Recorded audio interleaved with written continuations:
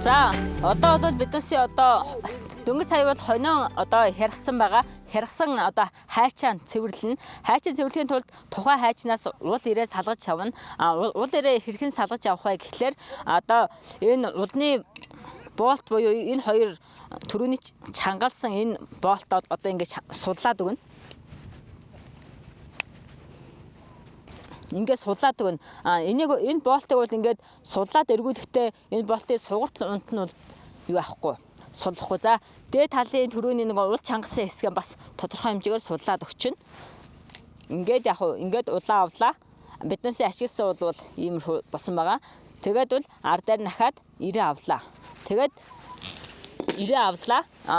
Аптеркийнхаа нөгөө талаар бол одоо энэ нөгөө хоньны машинд орсон, их биеинд орсон ноосыг бол нүгээр ингээд цэвэрлээд малтаад авч бас болно гэсэн үг. Ингээд цэвэрлэж чинь.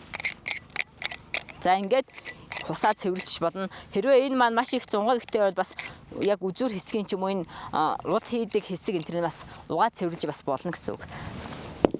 За одоо биднээс ингээд ашигласан уул ирээн бол одоо халуун бүлээн усанд одоо пери ч юм уу аяга тав угаадаг ийм юу хийгээд одоо бодис хийж жагаад халуун бүлээн усандаа хийчихнэ.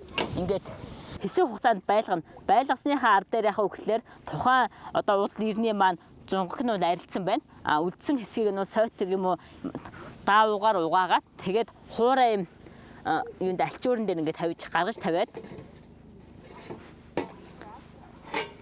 тавиад тэгээд тухайн альчуураараа бол энийг бол яах вэ гэхээр одоо хуурай болтол нь арчин. Хэрвээ тухайн уул ирийг маань нойтноор нь ингээд арчаад юм уу хооронд нь хураагаа тавьчих юм бол уул ир маань хоорондоо зэврээд одоо цаашаа дэм ашиглах юм боломжгүй болно гэсэн үг. Ингээд угааж цэвэрлээд хатаасныхаа ар дээр биднээс бол тухайн уул ирээ одоо юу гэдгийг дахиж ирлээд дараагийнхаа хоног одоо хяргах ийм процесс руугаа орно гэсэн үг.